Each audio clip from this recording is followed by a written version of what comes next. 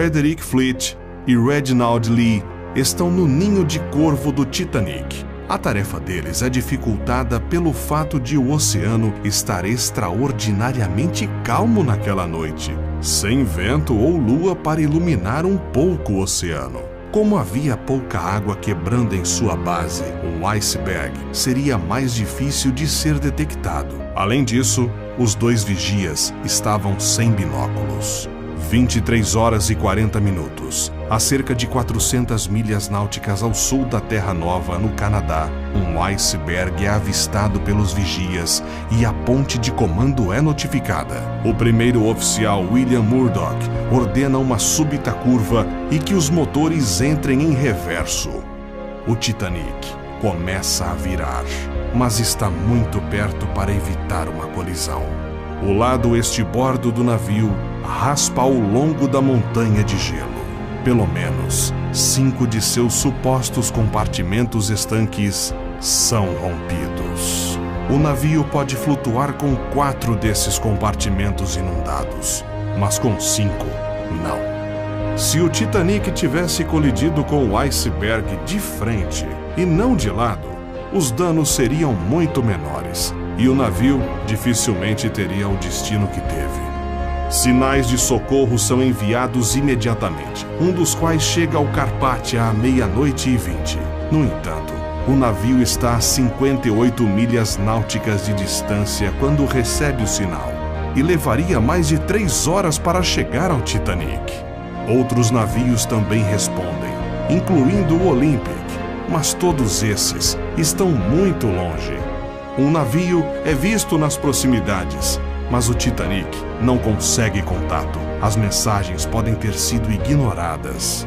O California também estava nas redondezas, mas suas comunicações eram sempre desligadas durante a noite.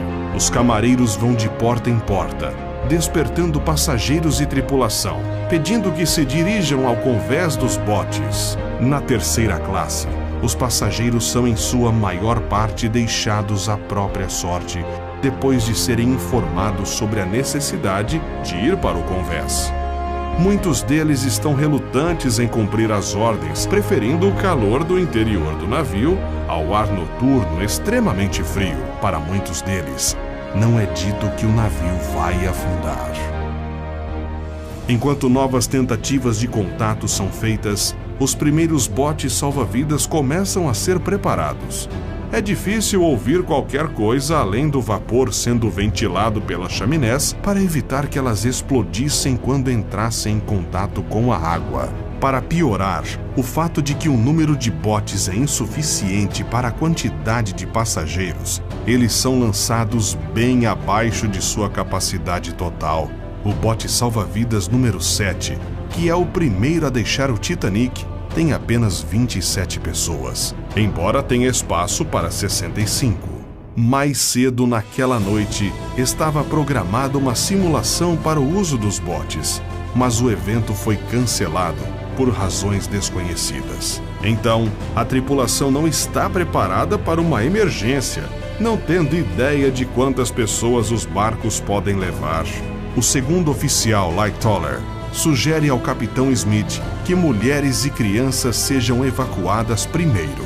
Enquanto isso, alguns tripulantes lutam para manter os serviços vitais, como luzes por todo o navio e energia para o rádio, para que pedidos de ajuda continuem sendo enviados. Eles permaneceriam em seus postos até o fim, garantindo assim que a eletricidade do Titanic funcionasse até os minutos finais antes do navio naufragar completamente.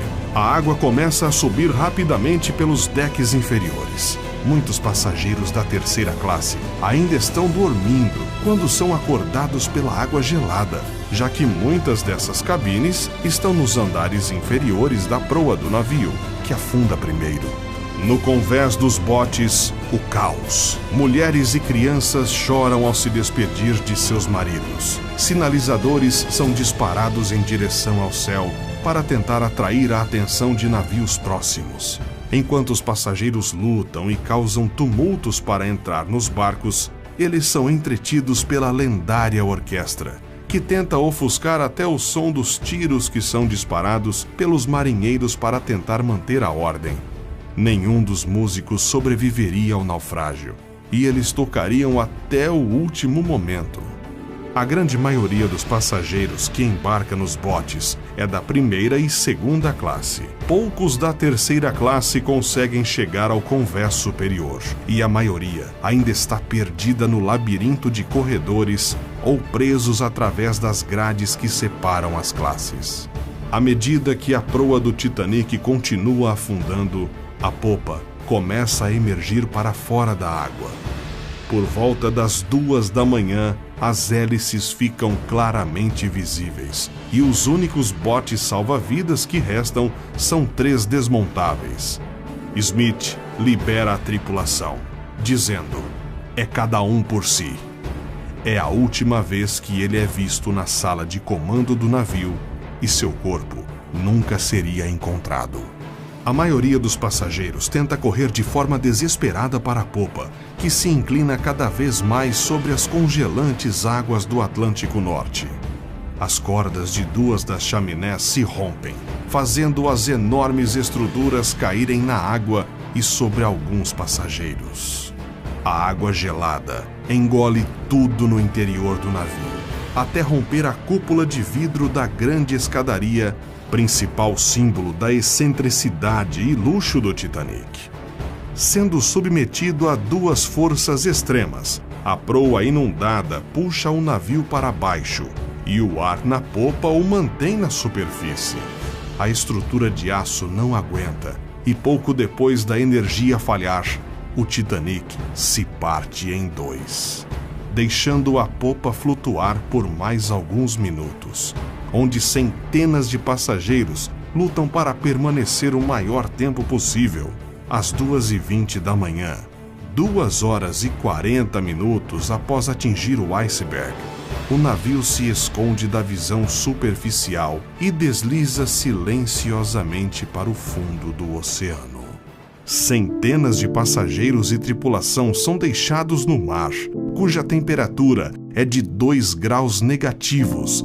Mais de 1.500 pessoas estão nas águas geladas. A maioria delas vem a ter hipotermia. Apenas 5 delas são salvas pelos botes que chegam tarde demais. Nos barcos, 710 pessoas sobrevivem.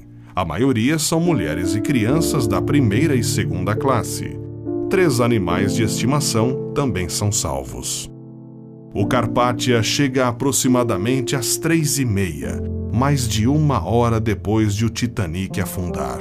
O navio correu também um sério risco, uma vez que veio em sua velocidade máxima. Pouco antes das 9 horas, já com a luz do dia, o Carpathia segue para a cidade de Nova York, onde chega em 18 de abril. Embora a maioria dos mortos fosse de tripulantes e passageiros de terceira classe, muitas das famílias mais ricas e importantes da época perderam membros. Na mente popular, o glamour associado ao navio, sua viagem inaugural e seus notáveis passageiros aumentaram a tragédia. Surgiram lendas quase imediatamente sobre os eventos da noite. Heróis e heroínas como Molly Brown, que ajudou a comandar um barco salva-vidas, e o capitão Arthur Henry, do Carpathia, foram reconhecidos pela imprensa. Outros, principalmente Ismay, que havia encontrado espaço em um bote salva-vidas e sobreviveu, foram